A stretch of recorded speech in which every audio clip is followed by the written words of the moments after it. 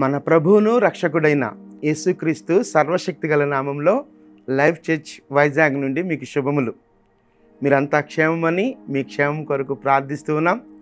అనుదినము ఈ ధ్యానాలను అనుసరిస్తూ ఆధ్యాత్మిక అభివృద్ధి పొందుతున్నారని నమ్మి దేవాదేవుని ఎంతగానో స్తుతిస్తున్నాను.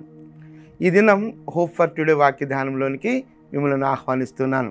కీర్తనల గ్రంథం 10వ కీర్తన 18వ వచనాన్ని నేను చదువుతున్నాను. కీర్తనల గ్రంథం 10వ కీర్తన 18వ వచనం. తండ్రి లేని వారికిని నలిగిన వారికిని న్యాయము తీర్చుటకై నీవు వారి హృదయమును స్థిరపరచితివి, చెవియొగ్గి ఆలకించితివి. తండ్రి లేని వారికిని నలిగిన వారికిని న్యాయము తీర్చుటకై నీవు వారి హృదయమును స్థిరపరచితివి, చెవియొగ్గి ఆలకించితివి. తండ్రి లేని వారికిని నలిగిన వారికిని అన్నప్పుడు నిరాదరణ గురవుతున్నటువంటి వారికి, ఈ ఆధారము లేనటువంటి వారికి, లేకపోతే అన్యాయంగా వారు ఏదైనా హింసకో లేకపోతే అన్యాయానికి గురవుతున్నటువంటి వారు, నిరాదరణకు గురై ఆధారము లేనటువంటి వారు అన్యాయానికి గురవుతున్నటువంటి వారి యొక్క జీవితాలలో వచ్చేటువంటి ఆక్రందనను వింటావు ప్రభువా అంటున్నాడు కీర్తనకారుడు. అంత మాత్రమే కాదు, నలిగిన వారికిని అంటున్నాడు. నలిగిన వారికిని, ఈ నలిగిన అనే మాటను ఇంగ్లీష్లో క్రష్డ్ అన్నారు. అంటే నలిగిపోయే పరిస్థితి. అది దేని చేతైనా కావచ్చు.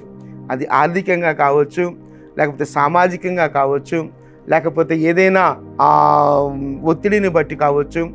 దేని చేతనో ఏ విధంగా నలిగిపోతున్నా, అది అనారోగ్య స్థితిని బట్టి కావచ్చు, లేకపోతే నీ కుటుంబంలో లేకపోతే నీ వర్క్ ప్లేస్లో నిన్ను అర్థం చేసుకునే వాళ్ళు లేకపోవచ్చు, లేకపోతే నిన్ను హింసించే వాళ్ళు ఉండొచ్చు. ఏ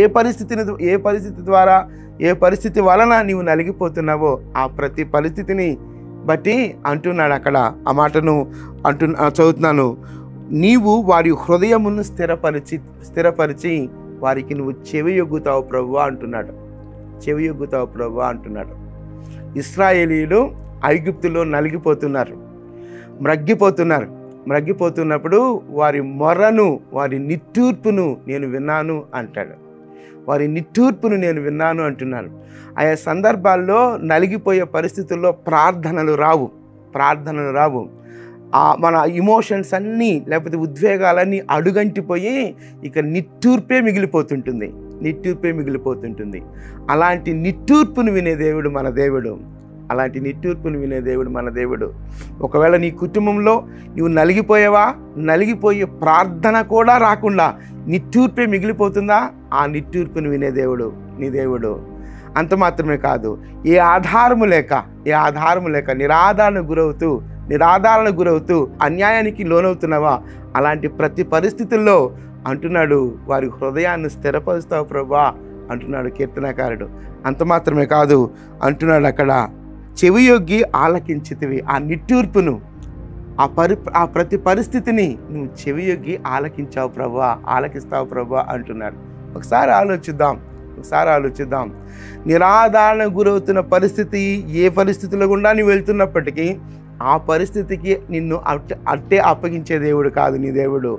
ఇలాంటి నలిగిన స్థితిలో ఉన్నప్పటికీ, అలాంటి నలిగిన స్థితిలో నిట్టూర్పులే నీ జీవితంలో మిగిలిపోతుంటే ఆ నిట్టూర్పులను విని నీ హృదయాన్ని స్థిరపరిచే దేవుడుగా ఉన్నాడు.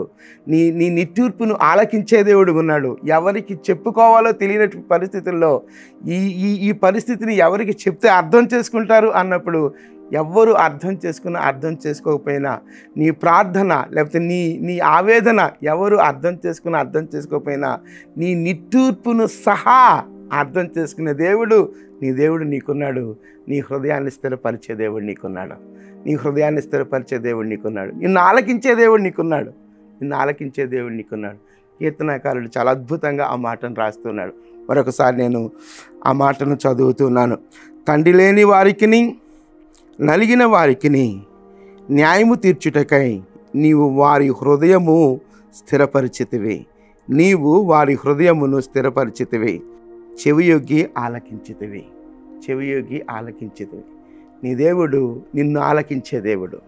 నీ దేవుడు నిన్ను ఆలకించే దేవుడు. నిన్ను ఆలకించే వాళ్ళున్నా ఆలకించే వాళ్ళు లేకపోయినా నిన్ను ఆలకించే దేవుడు. నీవు నలిగిన స్థితి, నీవు ఏ విధంగా క్రష్ అవుతున్నావో, ఏ విధంగా నలిగిపోతున్నావో ఆ ప్రతి పరిస్థితిలో ఆ నిట్టూర్పును ఆలకించే దేవుడు ఉన్నాడు. ఎలాంటి నిరాదరణకు గురవుతున్నావో ఆ నిరాదరణకు గురయ్యే పరిస్థితుల్లో నిన్ను ఆదరించే దేవుడు, నిన్ను బలపరిచే దేవుడు నీకున్నాడు. ఆలోచిద్దామా? దేవుని వైపు చూద్దామా? నిట్టూర్పే నీ జీవితం నిట్టూర్పులతోనే మిగిలిపోదు. దేవుడు నిన్ను స్థిరపరిచే దేవుడు ఉన్నాడు. దేవుడు స్థిరపరిచే దేవుడు. అంత గొప్ప దేవుడు మన దేవుడు. ఒకసారి ఆలోచిద్దాం. దేవుని ఆలోచనలు స్వీకరిద్దాం. దేవుని వైపు చూద్దాం. దేవా, నన్ను స్థిరపరిచే దేవుడు, నా హృదయాన్ని స్థిరపరిచే దేవుడు, నా నిట్టూర్పును ఆలకించే దేవుడు, నన్ను ఆలకించే దేవుడు, ఎంత గొప్ప దేవుడో ప్రభు అంటూ నీ నిట్టూర్పు ఏదైనా, నీ వేదన ఏదైనా, నీ నిరాదరణ ఏదైనా, నీ నలిగిన స్థితి ఏదైనా దేవుని దగ్గర చెప్పుకుందాం. ఆయన తగిన సమయమందు సమాధానాన్ని అనుగ్రహించే దేవుడు ఉన్నాడు. ప్రార్థన చేద్దామా? మీకు అభ్యంతరం లేకపోతే మీరు ఎక్కడున్నప్పటికీ నాతో కలిసి ఏకీభవించాలని మిమ్మల్ని అభ్యర్థిస్తూ ఉన్నాను. ప్రార్థన. కృప కలిగిన దేవా, మహోన్నతుడా, జీవము కలిగిన దేవా, మీ కృప కలిగిన హస్తాల్లోనికి మమ్మలను మేముగా సమర్పించుకుంటున్నాం ప్రభా. నలిగిన స్థితిని అదేవా, మా నిట్టూర్పును నువ్వు ఆలకించే దేవుడో ప్రభా. ఇదిగో ప్రభా, మా ప్రతి పరిస్థితికి చాలిన దేవుడో ప్రభా. అందును బట్టి మిమ్మల్ని స్తుతిస్తూ ఆరాధిస్తూ మీ కృప కలిగిన హస్తాల్లోనికి మమ్మలను మేముగా సమర్పించుకుంటూ మమ్మలను ఆలకించు దేవా. మిమ్మల్ని స్తుతిస్తూ ఆరాధిస్తూ యేసుక్రీస్తు అతి పరిశుద్ధమైన నామములో ప్రార్థించి స్తుతించి వేడుకొనుచున్నాం తండ్రి. Amen, amen. ప్రభు సన్నిధి నిత్యము మనకు తోడై ఉండును గాక. ఆమెన్.